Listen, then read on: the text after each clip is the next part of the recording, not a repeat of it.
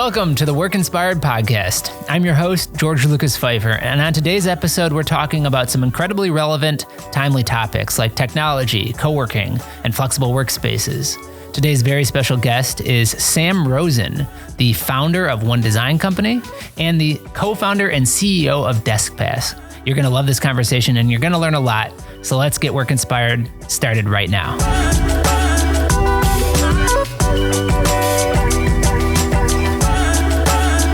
Sam, thanks so much for being here. Thank you so much for having me. So excited to meet you, to have a conversation today about everything that you're doing with co-working spaces and DeskPass. Super exciting. Let's just start though by just getting a little bit of a background. How'd you get to where you're at today? Tell me your professional story. I'm a born and bred Chicagoan. I think that's an important note here. But so my background really is in design and design strategy. About 16 years ago, I started a little design firm in Chicago called One Design Company. That company has sort of evolved and changed, but it's always really been around this idea of web design and development and developing brands and brand strategy. So I was a founder of that business. And because of that, I came across coworking very, very early, about 11 or 12 years ago. I had a girlfriend who moved to New York, and one of the first 300 coworking spaces in the world, or called themselves a coworking space, was in New York. So I came across this concept of coworking, sort of a right place, right time. Sure. There was no one in Chicago that had a coworking space. So my partner in the agency and I opened the first coworking space in Chicago, which was called The Coop.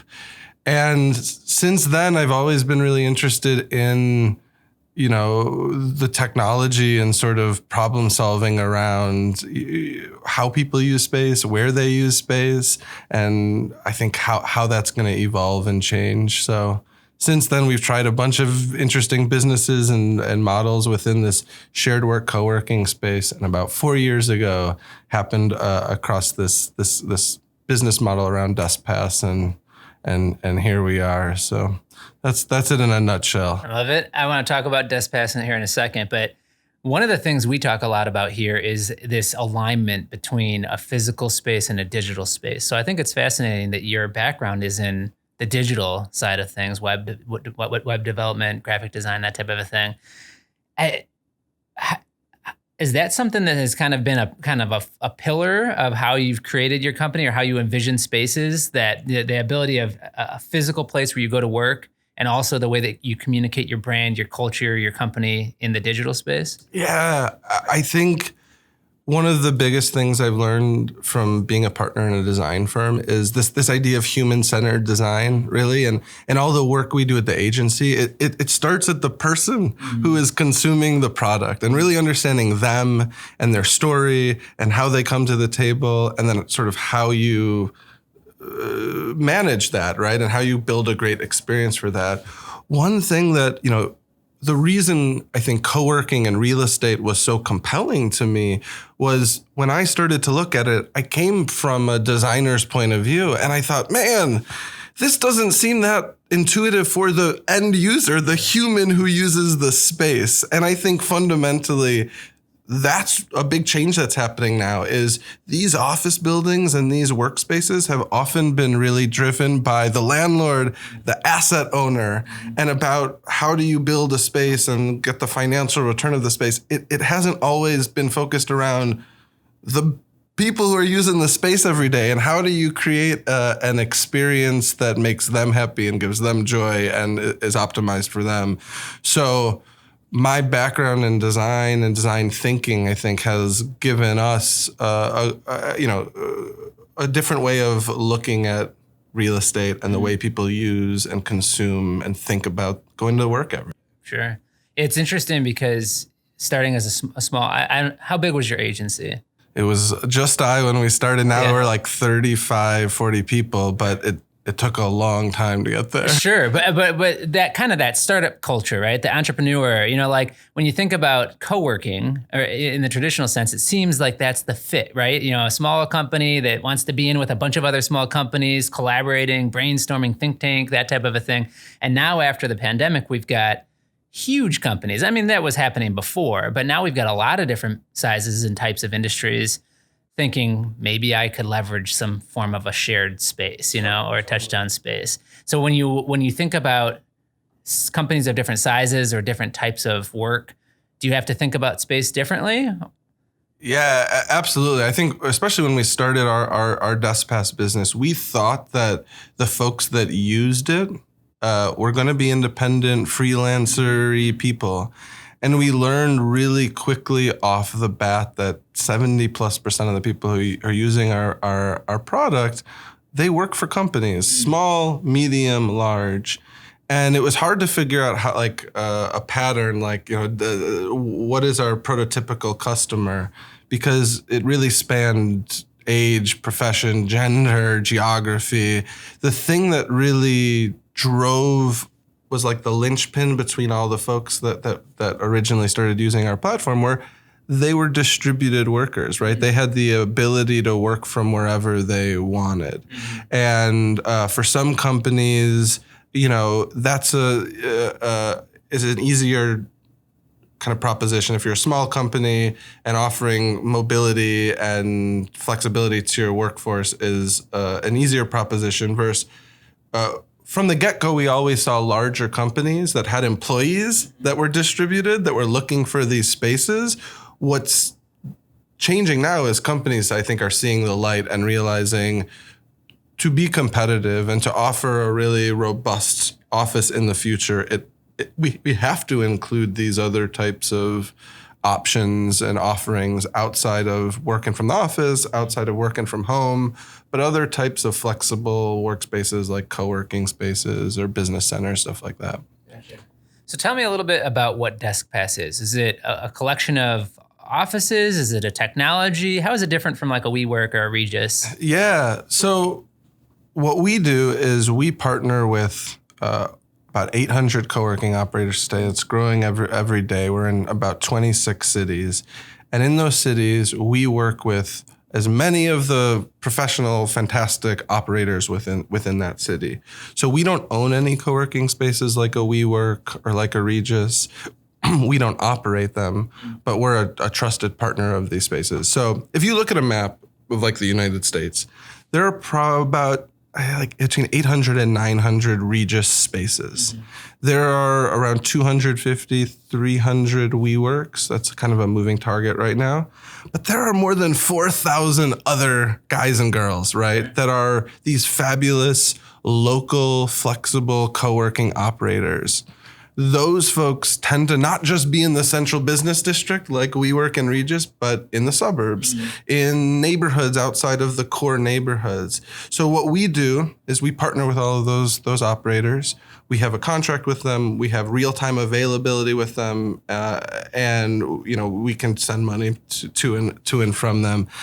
And we aggregate all of these spaces, and then we go to teams and individuals, and we say, look, instead of having one commitment to one space, you can use our platform. You can give your workforce access to 800 spaces. You can pick who gets access to which spaces, depending on their geography or their role. And then you can offer this, and it's all pay as you go. So you don't pay for it unless people are using it. And you have one place to look to see, okay, I offered this benefit to my team. Who's using it? Yeah. Where are they using it? How are they using it? And you can use that to inform their overall policy. So all we do is we connect companies and individuals with what is the biggest network of co-working spaces in the cities we're in. Cool. So one thing I think a lot of companies right now are trying to figure out is, if I'm going to have a hybrid workforce and I'm looking at the density of my plan, how many seats do I have available at any given time? Technology is going to be the answer to making sure that when people show up, they've got a place to sit, right? Yeah. So if you're working with a bunch of, you're connecting them, but you're working with all these different co-working spaces. Yeah. How do you ensure that there is a seat available? Do you have to have a certain software or sensors in every single space that's consistent to work with your app, or how does that work? Yeah, so most of the operators we work with, they're all professional, flexible workspace operators. So they all guarantee a certain number of spots and spaces to us. Okay. And then we also integrate with their calendar and their real-time availability. So for the spaces, what we predominantly do is we help market their underutilized space, right? Mm-hmm. So, and most, kind of like an airport, most of these co-working spaces and flexible workspaces, even if they're at 100% sort of occupancy, they're never at 100% utilization. Right, So there's right. always sort of this wiggle room. So that right now there's, I think a little co-working goes a long way because people tend to not use these spaces on a day-to-day basis every day. They use them on a weekly basis or a few days a month to really augment their existing setup. How important in these spaces are the traditional desk or workstation versus like a social space, like a collaborative area? Do you see which is utilized more? Well, we sell three things, right? So we sell desks by the day, we sell meeting rooms by the hour. That includes like private phone booths for like a Zoom call. It includes like board or meeting rooms. It also includes training centers. And then we also sell offices by the day, week, or month to month. It really depends. I think that's the beauty of DeskPass and the beauty of the future of work. It's right, like we might work for the same company, but the ideal workspace and environment for us as individuals might be completely different based on our job. But furthermore, you might be in the middle of an intense project and need a focused private space. I might need inspiration, so being in a more communal environment in a kind of an uplifting space would be more inspiring to me. The reality is like that's the paradigms that's changing is, George doesn't have to go to the office every single day. George has the ability to work where he's the most productive and what's best for him. And I think the reality is most companies, this is all new to everybody. So there is no answer. There is no playbook. We're all learning. Post-pandemic, I think companies are going to their workforce and saying, okay, we learned you can be productive at home, but we want you in the office. Yeah. So how often, do you want to be in the office? How often are you going to work from home? What do you need in the middle? And it's really changing the paradigm of the way companies and individuals think about the office and think about workspace.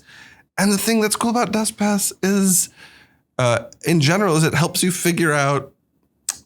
answer these questions, right? Yeah. Like if I offer flexibility to my team, will they use it? Right. Where will they use it? Who will use it?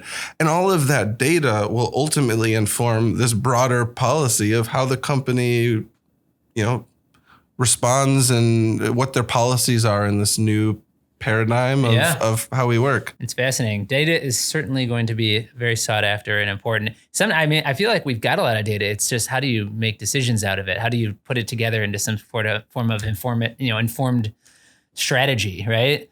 So there's, a lot of really great new technologies and companies that are, I think, getting to the bottom of utilization, right? Like really understanding who's coming to the office and how they're using the office. But I still think that we're nascent there. I think that when CFOs and heads of real estate really truly understand how utilized their offices on a daily basis, that will drive real change because I think most employers pre-COVID didn't really recognize that the average desk, the last study I read was sat in 3 hours a day.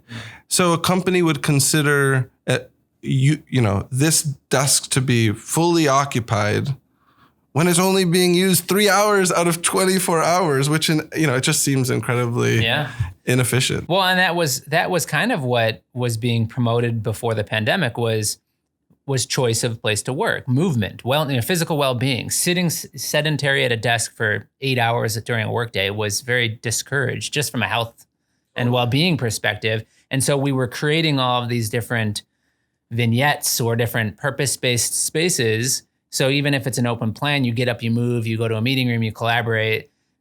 I'm interested, since you've been around, you kind of started the first co-working space. Over these years, have you seen some significant change in the way that people want to use the spaces that you're in? Yeah, the world has changed. I think inevitably the transformation that's happening now is not a new concept. It's obvious that the world was going to change this way as much 5 years ago as it is today. But I think the pandemic, really changed not just corporate America. I mean, corporate world's relationship with the office and with these types of tools and policies of flexible work. And the adage that I really like to use is there's like this old marketing term, and I know that's your background. Is you want to sell painkillers, you don't want to sell vitamins.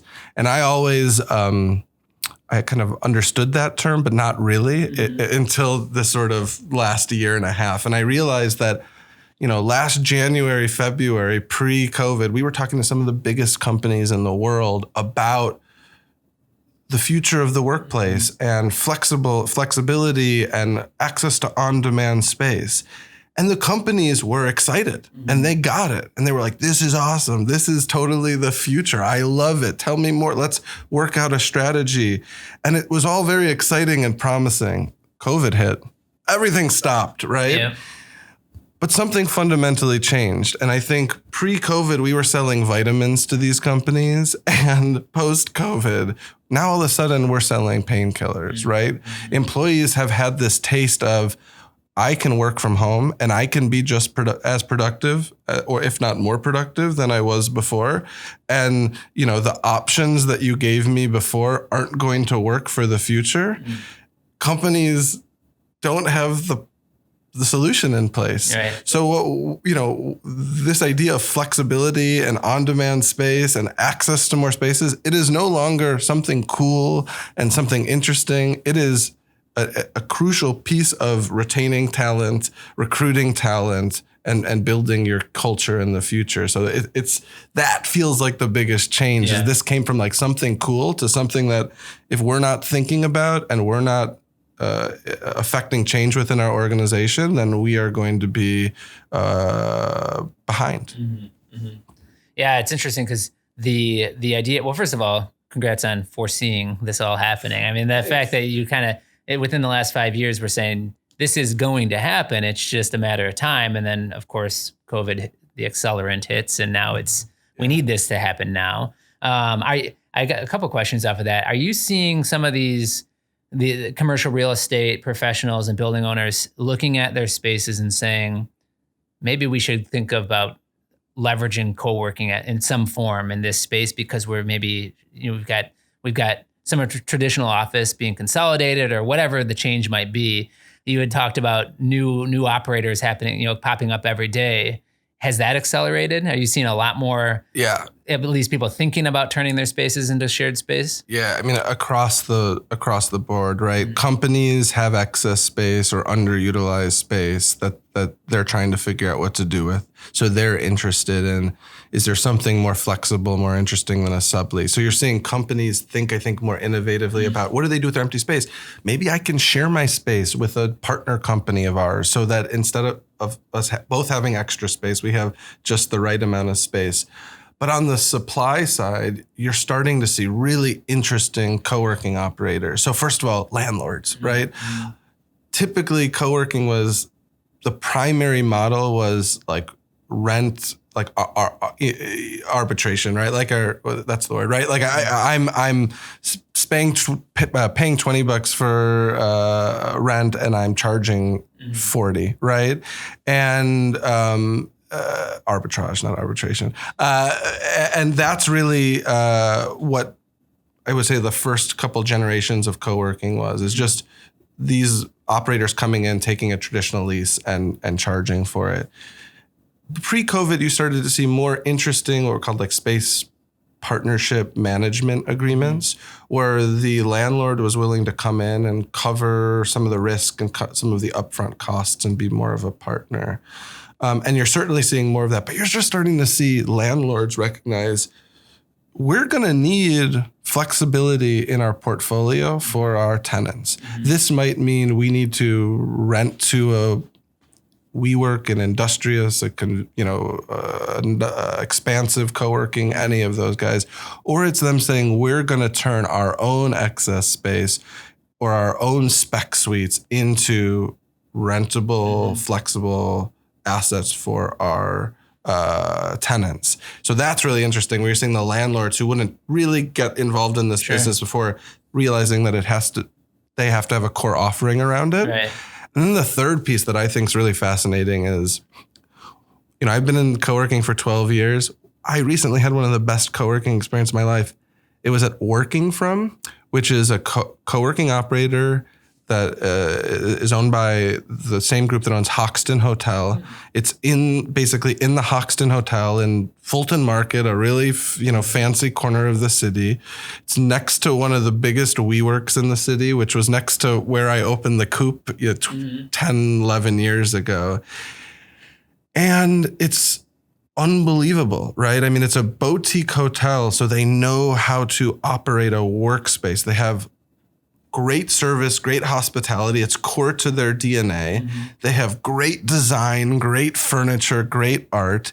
And then sort of the trifecta is they have a Michelin, rated chef in the building. So I can sit at my desk and I can scan a QR code and I can get a $25 avocado toast directly brought to my table. So it's interesting when you start to think that maybe the best flexible workspace operators of the future aren't necessarily going to come from landlords and office management companies, but are going to come from hotel groups or restaurant groups that are leveraging either their underutilized space or space that they thought about differently before. And I just think it's a whole new paradigm, and we're going to see a lot more new, unique, different types of inventory.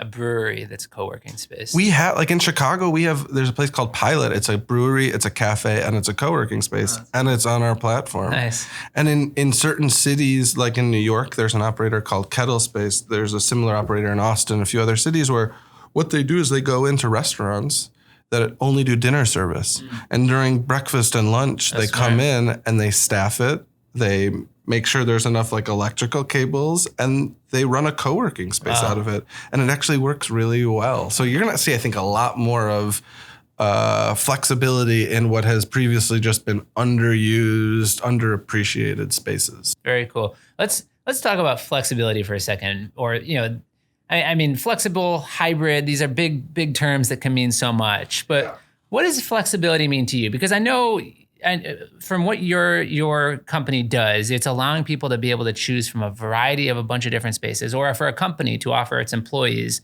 numerous spaces instead of having to commit to a specific WeWork or something like that. So is that the foundation of flexible in your opinion, or is flexible more of a I can work wherever I want, whenever I want, however I want. I have got access to all these great tools. I can pick and choose what I need for the day, and I also know where my team is. Yeah, I think that for the longest time, work was this idea. It wasn't just what you do, it was where you go, right? So both of these things were the same thing. I go to work to do my work. Yeah. And what's happening in this flexibility is separating those two. I can clearly prove to you I can do my work from anywhere over the last year. So the flexibility is getting to choose where I get my best work done. Now, this is not a new concept. In real estate, it was agile, right? Yeah. Then it was flex, right? Now it's hybrid. They all pretty much say the same thing. I think, what it really comes down to is productivity. And what really changed over the last year, where there were companies that said, I will never, ever allow my team to work remotely. That's not how we get anything done. I don't think you can be productive, and we don't have a culture for that. And they were forced in 2 months to go completely flexible without the equipment. Some of them had to buy millions of dollars of laptops, without the culture, without the systems. And they learned, actually, my workforce can be productive. In fact, it might be more productive in some cases because my employees don't have to go to the traffic every day and don't have to travel and commute, so they get more time. And fundamentally, that's what this comes down to, is not flexibility or hybrid, agile, it's productivity. For the employer, for you. It's you waking up in the morning and saying, I know what I need to get done today, and I know what would be the best space for me. And driving to the suburbs today to my office is probably not the best use of my time, especially because I have to pick up my kid after school. I can't work at home because I got roommates and blah, blah, blah, blah. So I'm looking for this exact a podcast studio for 4 hours on Tuesday. That is what will allow me to be very productive. Right. And I think at the end of the day, like flexibility, like it's all about productivity, and it's just about companies giving their workforce more flexible tools to be productive. Sure. Yeah, I think one of the most interesting things about productivity is that means something different for someone doing focused solo work versus someone trying to innovate or collaborate with people. So like, tell me, how do you connect people together? Because it sounds like your technology is incredibly good at allowing a person to find a space, right? And understand what they're going to get in the space. I also, like I mentioned at the beginning of this talk, that I think the original idea around co-working was, even if you're a solopreneur, you're still there around a bunch of other like-minded people, and you can network, you can meet people, you can maybe even innovate together. How important is that still? Even if you're a large organization and you've got people all over the country, how important it is to make sure that the teams can have some in-person contact. Because I think that's the one thing we've gotten fatigued with is like, I was sick and tired of talking to my team over Zoom every single day and never having just the conversational interactions, the back and forth that you get when you're together. Yeah. I mean, every company's different, every team's different, and think about this differently. We're working on various tools within DeskPass to help employees know where their colleagues are working. Mm-hmm. But I also think there's this other really interesting new paradigm, which is because we all just went to the office every day, I actually didn't know where my coworkers worked. Mm-hmm. And now that the world has changed, that notion of knowing, well, I live in Oak Park. Are there any other colleagues near Oak Park that I didn't realize lived near me? And maybe we can find a place to coalesce near Oak Park for our little contingency of people than all of us having to go to the city and schlepping to work every day. So to your point, I mean, this is all about collaboration, and it's all about connecting people. I've always loved this sort of notion that a co-working space is like an analog social network. Mm-hmm. And when I ran a space, one day we had someone quit. 2 people quit that sat next to each other. One person quit because the space was too loud, and the other person next to them quit because the space was too quiet, right? And I think it's just a testament to, what people want and what people are looking for is very different. But one of the things I've really enjoyed about these flexible workspaces and co-working spaces, and the reason I got into it in the beginning, is you work with the same people every day for the same job every day. Even if they're the best people and you love them deeply, you build these patterns and these sort of systems in place that I think inform your thought and how you approach the world. Being in a new environment with other people you don't really know, who do things that you've never heard of and are having conversations that are totally new to you, is like one of my very favorite parts of co-working. Like, I've learned about the theory of like micro investing and like ride sharing and all these really cool concepts. I learned because like I changed it up and I put myself in an environment where I was around inspiring people that weren't like me. So I think there's whether you're doing that because my crew needs a meeting room for a few days just to like in person, like riff on some ideas, or you're just need to get out of your house to just be around other humans and be inspired. It's what we'd like to see. And I think what we're seeing is that choice and decision going to the employee and them having the tools and wherewithal and data to know what they're going to get when they go to a particular space. Yeah, definitely. And that was one of the things I wanted to make sure we touched on is yours is obviously technology forward, and some of the other guests we've talked to on this show have just talked about some incredible innovations that have come out of the last 15 months, which is not uncommon when there's some like other pandemics have accelerated innovation as well. What are some of the most exciting things you're seeing as far as new technology or new capabilities? I'm really interested in this notion of access control and sensors and how that's really going to change and enable the future. So, one of the issues we have with our business is we can get you really excited about the idea of a flexible co-working space. We can get you out off your butt on the train into like to the front door of that space. But at that point, from our platform, we lose a lot of control, right? Like we're not at that front desk. We don't control the physical space.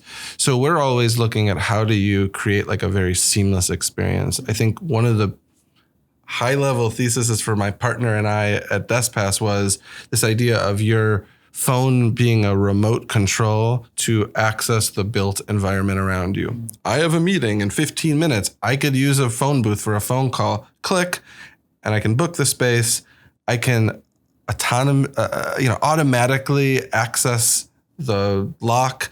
It knows where I'm going. It tells me where I'm going and does sort of that wayfinding. So I think we're going to see a lot more of that as these buildings become more autonomous. There's going to be more technologies and tools around access control and wayfinding that allow someone who's never been to the space to find it and use it accurately. Right.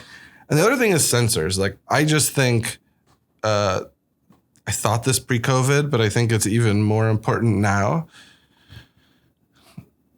There just is a lack of real, I think, data and insight for most professionals in this space of how their space is being utilized. And even in the places that have the sensors and tools, I think there's a sort of opportunity to, like you said, like now that I have this data, how do I use it and how does it inform, our policies? But not just is someone sitting at this space, but what's the air quality of this space? What's the internet speed of the space? What's, the cell phone service speed? Like what's the noise volume? Surfacing all that data. So when you make a choice for your workplace, you have a lot more insight. Like I have a phone call, I'm using Verizon and I need a quiet space. What's the best solution for me? But I think there's so much really broader sets of data that are going to be really interesting. That's going to inform folks in furniture, folks in interior design, folks in real estate too. Where are people productive? Right. What is the most conducive environment? Not just the chair that they sit in and the desk they have, though I think that's critical, but also like how important is air quality? Right. How important is sound? How important is carbon dioxide levels, right? And I think it'll be really interesting as we have this massive trove of data to learn these patterns of how we actually, as humans, what we need more sort of finitely to be successful. Well, what's interesting is that the technology exists. The sensors are capable of monitoring all those things, and they're fairly inexpensive and easy to implement. I think what's missing is the connection over to recommendations into tangible insights. Yeah. So one of the things I'm pretty excited about is this increase in, and it's scary. So is sensors. People are scared of their privacy, of being monitored, but artificial intelligence may be being able to mine that data, something that humans have not really been great at doing because there's so much of it. And then the spit out actual suggestions to say, did you know this? How about this? Yeah. I think that's coming quickly too. Yeah. And I just think like between that type of tools and technology and the access control, like I foresee a day that is not very far in the future that you say, I need that conference room. Your phone is your remote control. It unlocks the door. It gets you through. It turns on the Zoom call. It provisions the phone. It knows the temperature and the light settings that you like in that room. And as much as, we can control the environment, it does. And I think like we're not very far from connecting those dots. I think we're a lot closer than we were 5 years ago, I agree. And I think the other benefit of that is there's the security component to it. There's we're still dealing with COVID. We don't know for sure that there won't be another. And just being able to know who's been in a space, when a space has been cleaned, contract or whatever you want to call it. But there's that ability as well. I just think that the challenge is going to be people maybe not wanting to give up that information, or saying, hey, this is my phone. I'm not letting my company do all the monitoring through it. So we'll see how it goes. Yeah, certainly some hurdles to get over, but it's an exciting future, I think. let's finish off by just getting some advice, because you've obviously done some pretty cool stuff in your career. You guys are growing very quickly. You've got so much great insight. As it relates to something that's been useful for you as a resource, what would you recommend to others? Oh, man. I mean, this is going to sound really silly and it's not high tech or hi-fi, but it's freaking listening. You know what I mean? Like, I just feel like, especially when it comes to the workforce and where we're at and the change that we're in, like, anyone who tells you they know the future is full of it. No one knows the next steps. No one knows what the real adoption of commercial space is going to be over the next year or 2 or 3. We're in the Wild West. There are going to be great tools and technology and, gadgets and all that stuff that's going to make our life easier. But I think we're just in a time where we have to listen to our employees. We have to listen to our team. We have to listen to the insights that we're seeing. And, despite all the buzzwords and buzz technology and buzz ideas, it's going to be different. The future of work is going to be different for every team, every culture, depending on what you do for a living, where you live, your county, all of that stuff. And I think it's more important than ever to listen. And as companies become more distributed and remote, what we've learned has been really helpful to us is build your work environments and build your culture within your company for that sort of least common denominator in terms of accessibility.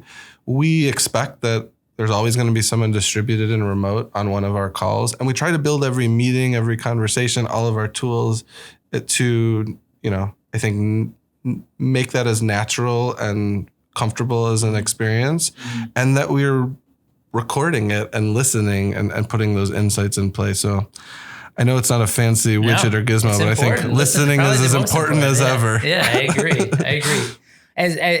What advice do you have for leaders that are looking to make the next right steps moving forward from here?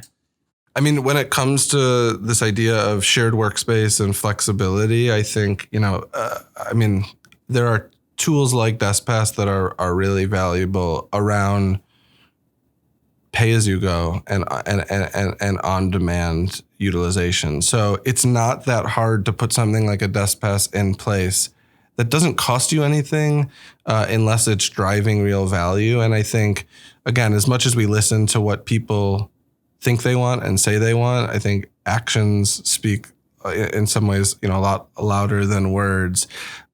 So experiment with these things, offer optionality and kind of like a green field to let people try and use those insights to inform longer decisions. And I see a lot of people like rushing to have a decision of what our return to work looks like of September this year. And I just think it's going to be a longer, more gradual process than that. Sure. In the same way that we got into this mess, which was not one day we all were home, but different companies and different geographies sort of accelerated to this state differently. I think the same will be on the other end of this. I mean, every company and every team will be at a different pace and comfortable level getting out of it. And I just think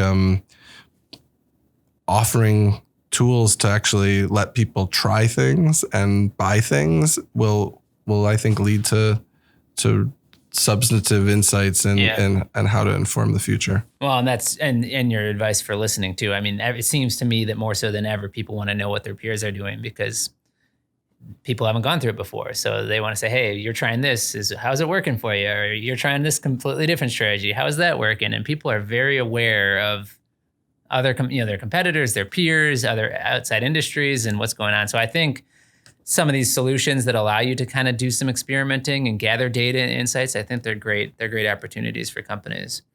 One last thing I just throw it in there. I think, this is at the end of the day, this is going to come down to talent, right? Like this workplace policy stuff.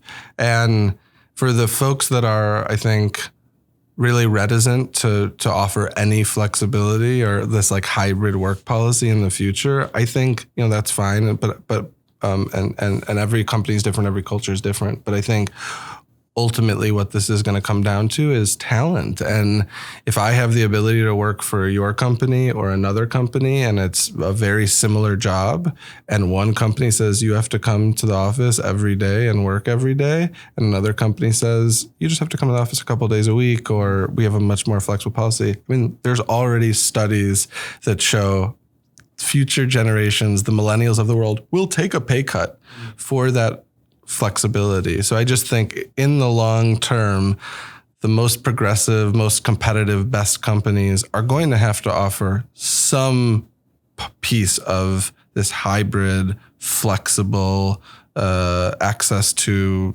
working from places other than home. Definitely. Yep. Last question, Sam. If you were retiring today, what's some wisdom you'd leave behind to your predecessor, your mentee? So, my dad always told me this quotes before I went to bed, and one of them was timing is everything. I think that's very true. I've been in this space for 12 years. A lot of the, I think, predictions that have come true were as clear 12 years ago as they are today. But I think, I think timing is really important. I think part of it is being persistent. So knowing when to not give up and to keep going when it's hard and when there isn't sort of always the affirmation you're looking for. But there's a balance, right? I think probably with our business, if I started 5 years ago, I probably could have gotten as far as, 12 years. So I think the best I think the best entrepreneurs, the trait that I found in all of them more than any other quality, intelligence, like wherewithal, it's persistence. But there's a balance. Right. Well, certainly you've been persistent, and congratulations on your success. I think you're in an awesome spot in a great, industry field. Technology, co-working, shared space, these are the hottest topics right now. And I think they will be for some time. As you said, we're all navigating different paths out of this, but it's certainly different than it was, in 2019. So ain't that the truth? Yeah. Well, thank you so much for having me, and appreciate the opportunity to chat with you. Thank you.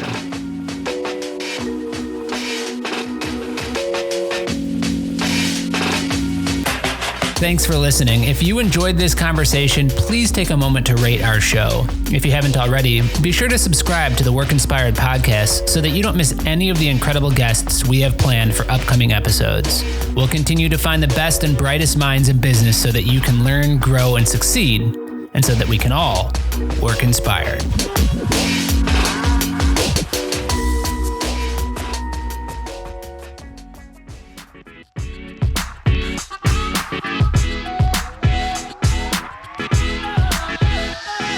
Work Inspired is brought to you by BOS, a leader in commercial working environments and a Hayworth best-in-class dealership. Experience our 360 approach and discover the team, tools, and techniques required to navigate the complexity of your next workspace at BOS.com. If you have ideas, feedback, or would like to be featured on our show, please email podcast@BOS.com. Thank you for listening.